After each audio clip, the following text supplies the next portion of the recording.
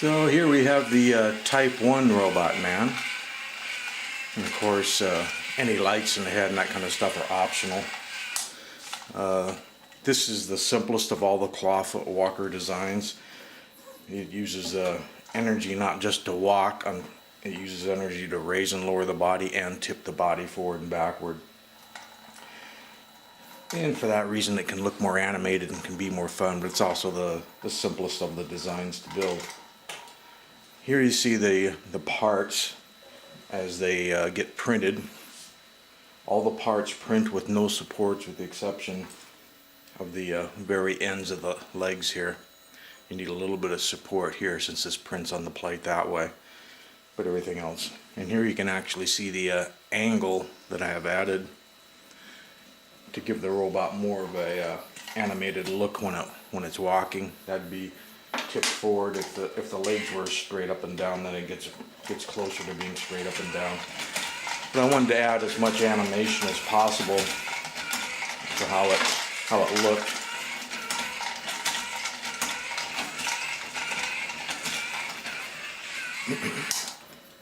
But it's a good looking design.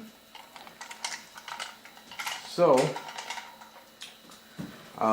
if you'd built the old Type 1 clawfoot walking, which is the black part, I've also included back on that Thing-I-verse file this silver piece, which is we'll call it a body mount. You can print that and glue it onto the frame of what you've already built, and that would give you a flat surface to mount whatever body you design onto that Type 1 clawfoot walking mechanism. This particular one I decided to optimize a few of the things, like we already talked about the angle of the leg, but I also wanted to make the sides of the leg look more cosmetic and the feet look more cosmetic, so I made some slight changes there. Made some slight changes on the large drive gear, moved the pin, the crank point in a little bit, so the steps were a little bit smaller. What else? On the head, I decided to print, here's a head that I have mocked up with lights and stuff inside versus one that hasn't had anything yet. I decided to do the ears and eyes in a translucent red and then used clear, which always comes out translucent white for the headlight. And on the head parts themselves, since they print flat like this with no supports, it needed to be bridging in here, otherwise you'd have to have supports.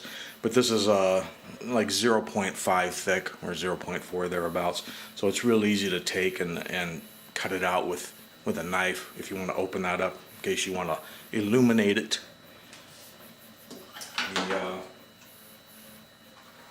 If we can get close enough, the little red eye parts, you would just put a little bit of glue on the inside and then just pop them in. They'll actually stay in place. They'll snap right in there. Then the glue would secure them. And of course on the side ear parts, I put a little ring of glue there. Not much. Doesn't even take much. It's just cosmetic anyway. And then just glue them where they look most attractive in an arc shape. Of course, once you have all that done, then a little bit of glue again, and you can glue the two halves together to form your head. Okay, so as with all these projects, the whole thing really starts with the main frame. And this frame, of course, has the body mount built in and stuff like that. And again, I'm using the inexpensive dual axle battery motor that you can buy just about anywhere. And I always put just a little bit of glue that gives you some working time. In this case I'm just using goop, which is sold under a lot of different names, but it's all the same stuff. And take your frame, fit your part in, and just snap it down in there till it looks something like that. Then it gives you enough time to take your small motor gears, which print flat like this. And these are the new ones that have the double D shaft on the gear opened all the way through. That way, even if you get a motor that has a different length shaft, you can still fit it all on there. And I typically take a couple of the small number 2 tapping screws and thread them in the end, just to make sure that gear doesn't decide to go crawling off at some later date. And just screw it in there. You don't have to torque it down all the way, but you do want the head of the screw at least to be flush, because the leg's going to be moving by there and you don't want anything for it to hang up on to mess up the walking action.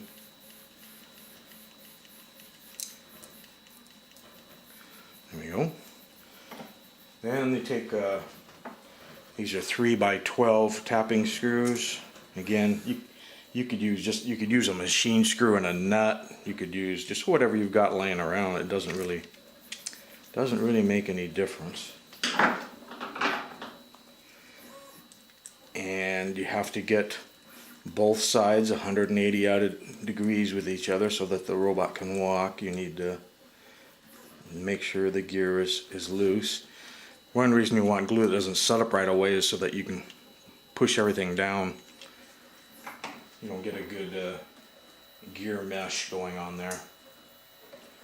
See, I got that one facing back, so we'll make this one face forward.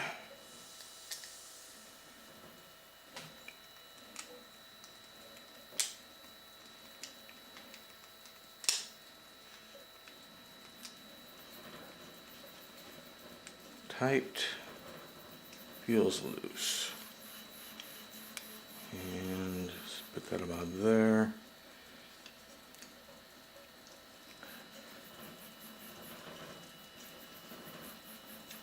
I think we're about 1 tooth off from each other. This is aiming right at the screw. Right about there should be good. This seems right in line, and this side seems right in line. Then I push the motor back so I can get a good mesh. I suppose a person could always use hot melt glue too when they assemble it, and just go in there and put a dab of glue or something on that to hold everything in place. Let's set that aside and let that set up a little bit. On the body prep, the body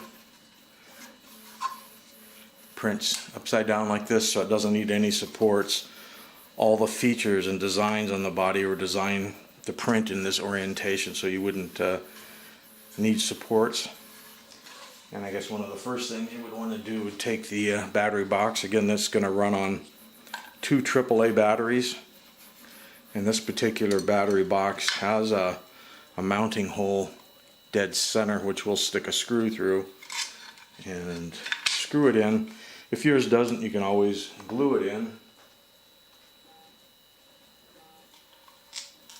to hold it in there.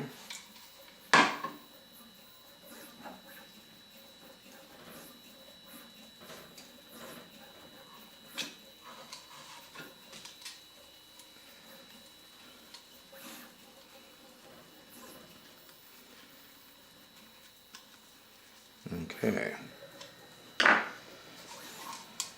And again, I'm using the slide switch, cheap ones you can find on eBay. It's about 19mm hole-to-hole mount,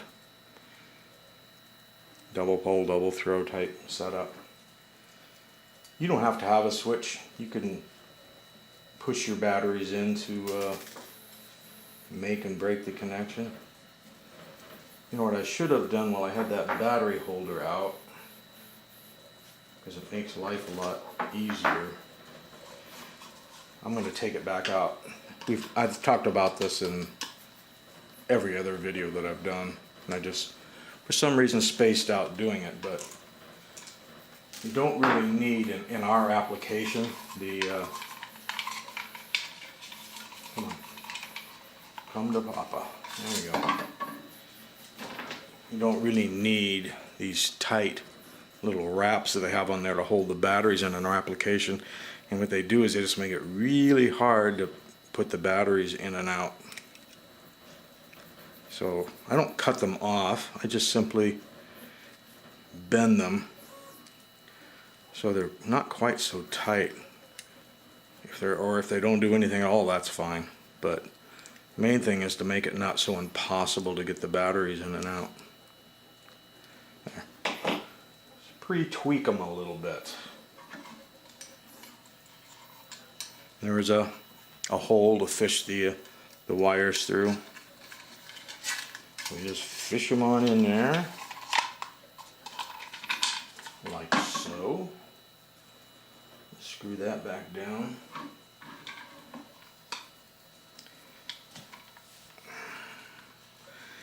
And then we're going to put the switch into this switch hole in the back, since I have a switch.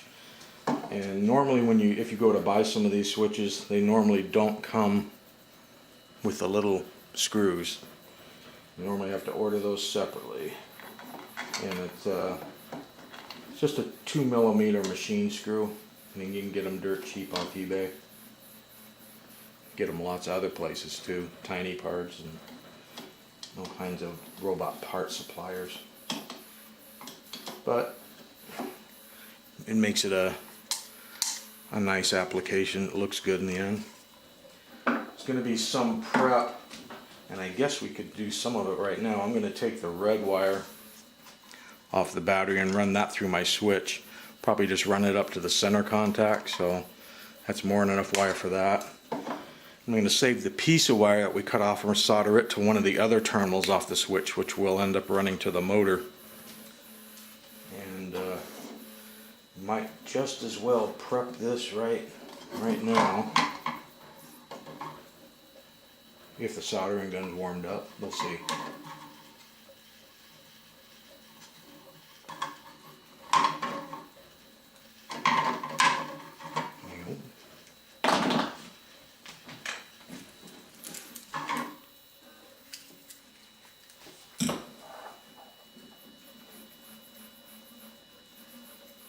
It's smoking like it's warmed up. I'm going to tin all these wire ends right now while everything's out in the open.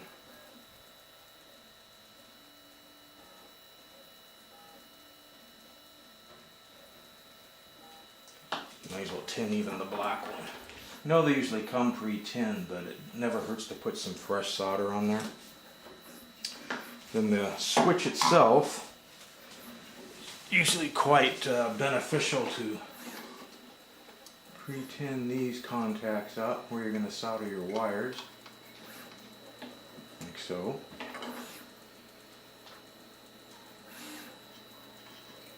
And I don't see any way that I'm going to be able to do any of this without blocking the camera,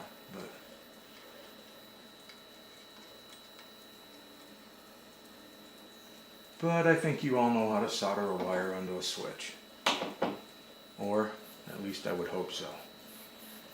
And if you don't, now's when you learn, I guess. There you go. Alright, so that's prepped, and you know, as long as we're pre-tinning stuff, why not pre-tin the contacts on the little motor? So when the time comes to reach in there with the soldering gun, things go a lot easier. Like that. Like that. Okay. So let's go ahead and the arms print flat, as you can see. And again, I'm just taking one of the number 3 by 12 screws, and there'll already be holes printed in basically a build-out area, so you don't need a washer or anything.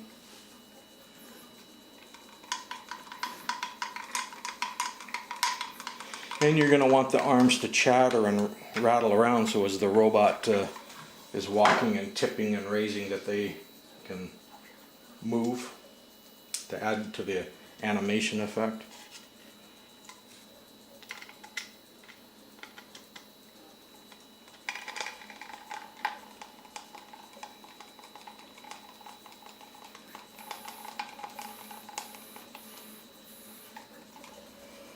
like so. Well, I guess I can't kill any more time. I'm going to have to move on to this, whether it's ready or not. This mount in my case is the front of the robot. So that means when I put a foot on, I want to make sure that I have the small edge of the toe aiming forward. You can see how that just drops over the pin. Then up top here, we put in a screw and a washer. Again, it's the 3x12 screw, and I'm just using a flat number 6 washer because that's what I had laying around. But you don't want this screw tight. This screw needs to be able to allow the leg to raise and lower. So you want to make sure there's a little bit of, I mean, you can go tight and then back it up, and you can feel when it just gets nice and loose. Then to pin the leg on the bottom post, it's a small number 2 self-tapping screw like I've showed you in all my other videos, and a small washer. I think it was a number 4 washer I had laying around. But anything, it's not critical. Whatever you can find, rob something off an old toy from a dollar store if you don't want to buy some screws. It's not hard to find stuff that'll fit, no matter what part of the world you're in. And again, you don't want either of those tight because you don't want to cause binding against the gear surfaces. So we'll take the other side.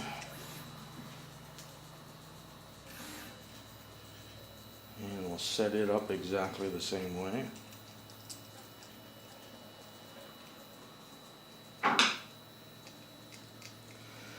In one of the other videos, I kind of showed you roughly the easy ways of tying LEDs into a 3-volt system. It gets a little bit more complicated if you want to add things like white LEDs.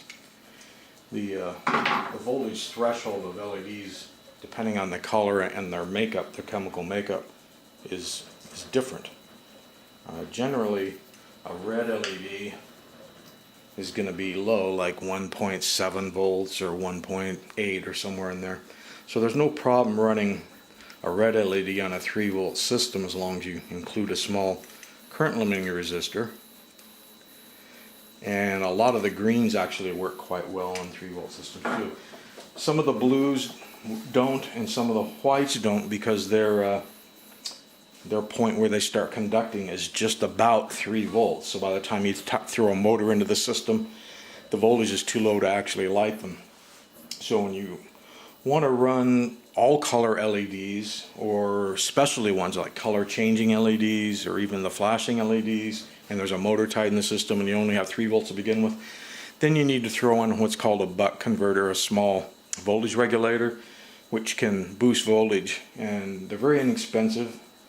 The ones like I threw inside this head here, which I don't think there'll be enough light. You know, you can see the circuit board in there.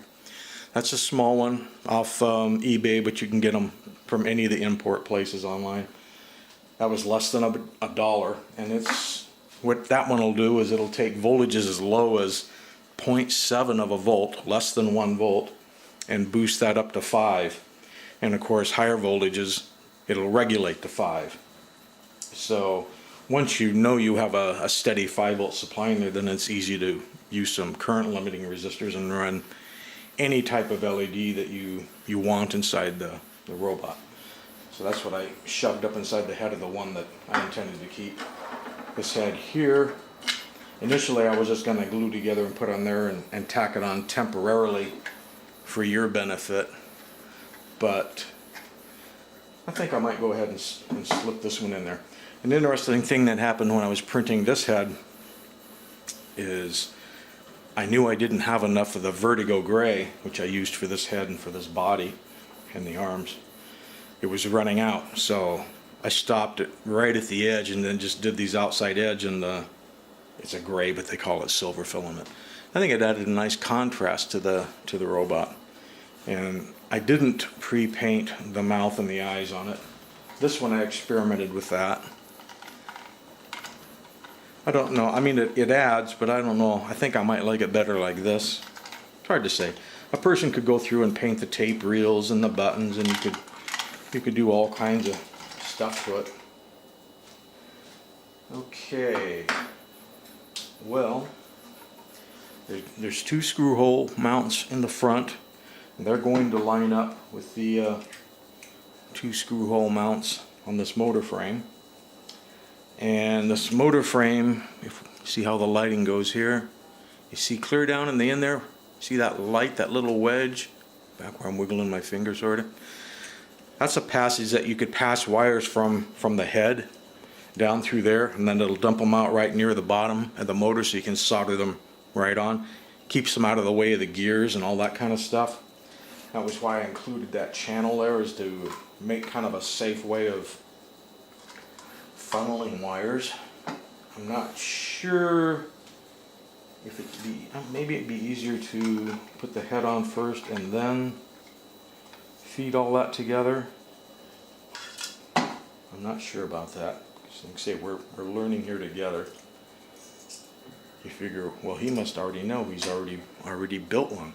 Well, it's not quite true. This would be when you first design the parts and you put something together and then you come up with a better idea of what would make it easier, or if you did something wrong, you change it. So basically, a lot of this has been hand reworked, whereas this one represents the files that I'll be putting up on Thing-I-verse for all of you to enjoy. And I think I'm going to go ahead and use goop so that if I screw this up I can get it off, because if I super glued it, it could be a little harder to remove. So I'll just put a couple of dots of goop. And there is a ridge on the bottom of this head, you can see that, and that'll sit inside the hole in the top of the body so you don't have to try to work out the alignment.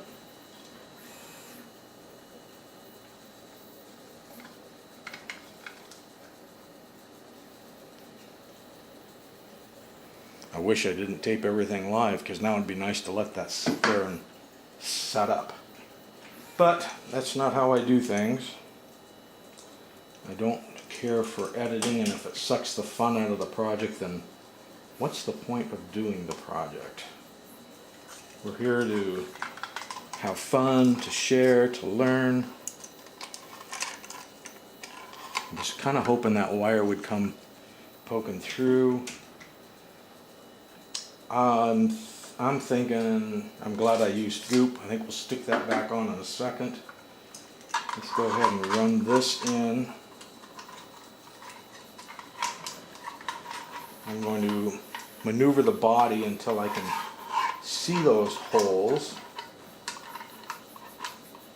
which the limited amount of light that I have in here, unfortunately, is more or less optimized for the camera. It's hard for me to see even as well as you can see, which I realize isn't all that great, but if I can get one started, that means I should be able to get the other one started.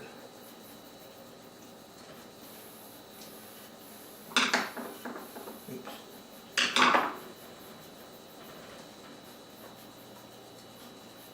There we go.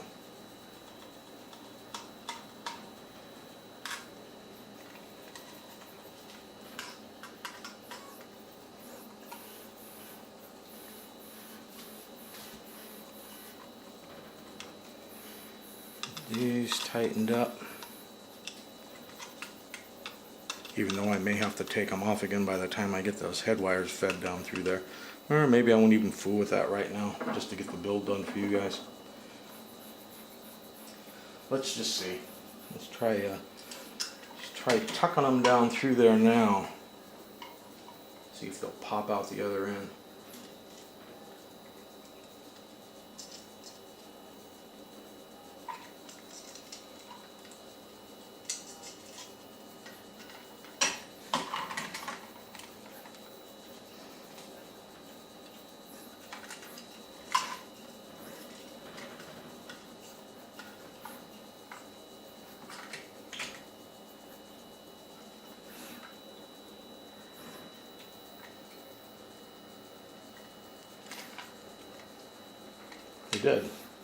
They did pop out. Good.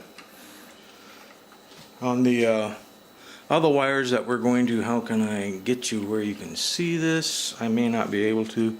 See my finger pointing? I realize the legs are going to be in the way almost no matter how I turn this.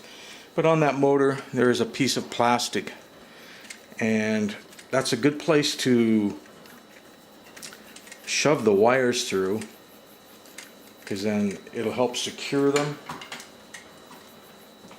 And this probably would be easier with the whole thing not screwed in already, but I'm going to pull them on through so you can see what I'm talking about. In any case, there's a piece of plastic which holds the motor into the gearbox, and there's a gap between that piece of plastic and the motor, and then you could feed your wires from the switch through that, and then you'll know that they're not going to get caught up in any of the gears. And then bring them around to the front and solder them on. Right now, we don't know the polarity of those wires. In other words, which wire to the motor gets positive and which wire to the motor gets negative. It's a mystery at the moment. And the only way to figure out that mystery is to solder the wires on.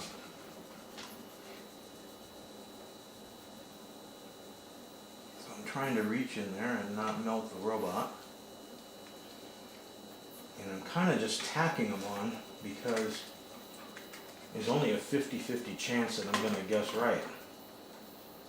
And I don't particularly want this robot walking backwards. There's nothing wrong with a walking backwards robot, it's just that I want this one to walk forwards.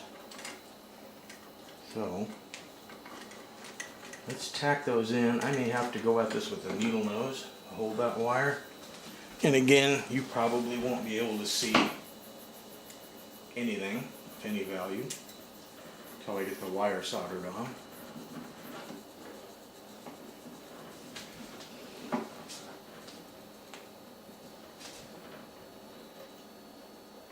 I think I'm getting in there.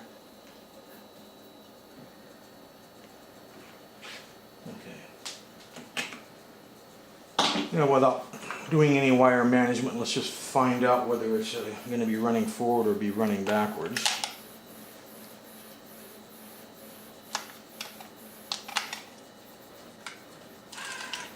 Okay, it looks like it's going to be running forward, but it also looked like I had one leg not moving, one gear unit not engaging for some reason. So let's go ahead and drop the gearbox down and see what that's all about. See what's hung up on what.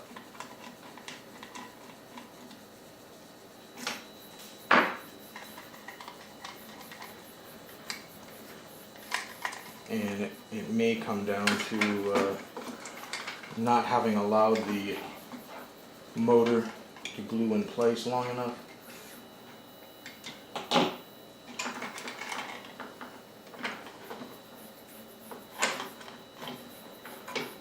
This feels real tight. I'm going to loosen it up.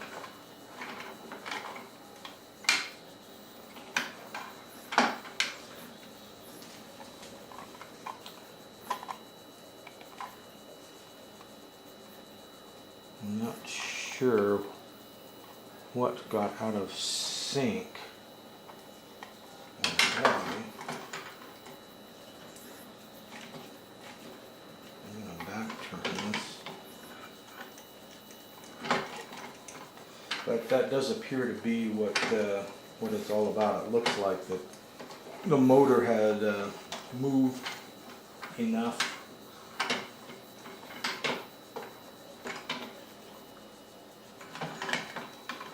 Let's see how this feels now.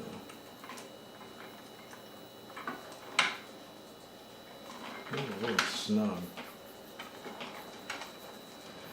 I wonder if I got that too tight. On the inside. Well, that rocks. That shouldn't be too tight. Maybe it's too tight right here. There we go. This side feels a little snug. Let's loosen that up. Okay. That feels better.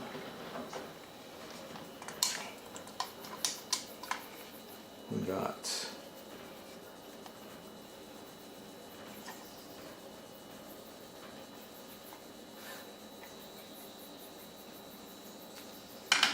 need to get the alignment the same.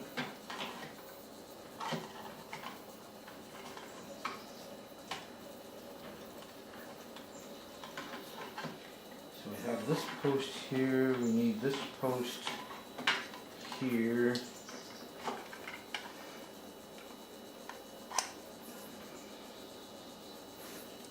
Almost.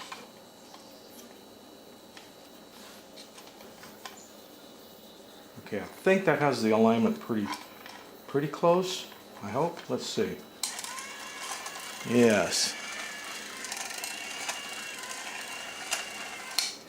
The only thing I'm concerned about is trying to demo it for you guys right now. I think that motor really needs to dry more so that the gears will stay in the alignment that we have them. But so we may have to basically end the video here.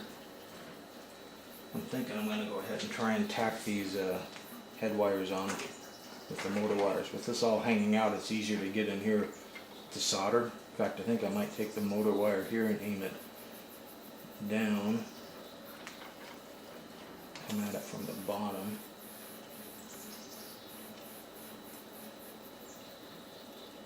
Like so. Bring in the black, because that's my negative.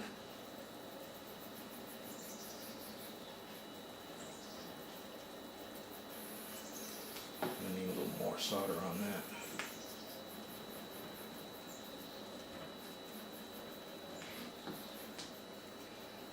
Yeah, I think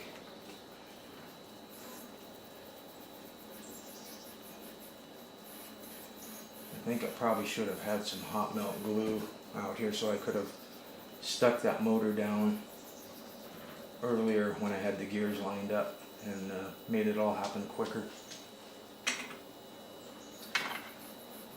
And take the positive, and I guess there's no problem with the positive coming around like it wants to do.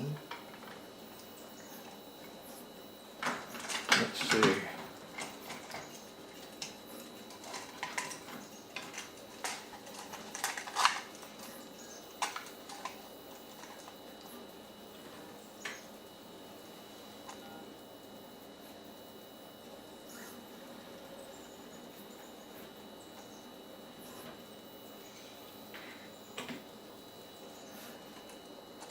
Okay.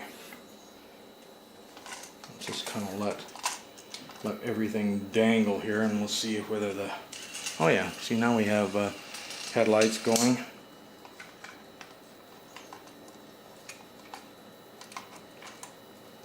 But once again, the motor is shifted. It's no longer in alignment, so I don't think we're going to be able to take this to completion.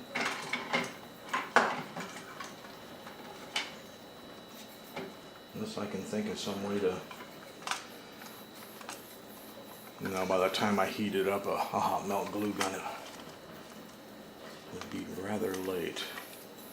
So I think we'll have to let that go at this point. If the motor was glued in place, if those would stay there, you'd see this puppy walking, just like you saw that one.